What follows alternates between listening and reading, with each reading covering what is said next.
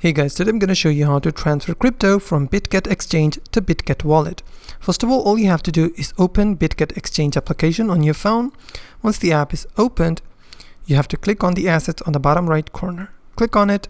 From here you have to click on the spot on the top. From here you have to click on withdraw.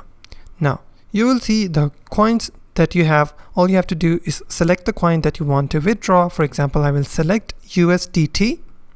From here, I have two options, on-chain withdrawal and internal transfer. I will select on-chain withdrawal. Now it is asking me for the withdrawal address, from where I will get that address. So what I will do, I will close the application, open Play Store, and open the Bitget wallet application. Once the app is opened, all you have to do is click on deposit. From here, I will select on receive. I will select USDT from the list. And I will select my network from TRC20. I have to wait 4 seconds, or you can also back up your phrase. I will select later and I will copy my USDT address code. Once copied, I will go back to my Bitget exchange app.